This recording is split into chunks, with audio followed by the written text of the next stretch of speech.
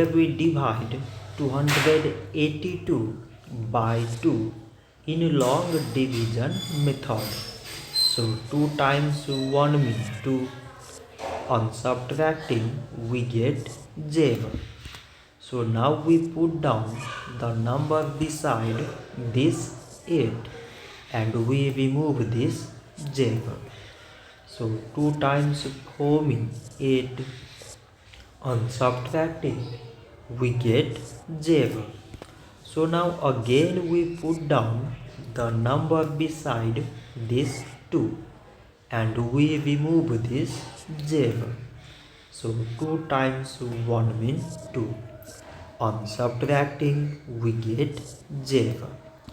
So 282 divided by 2 is 141. So this much for today and thanks for watching.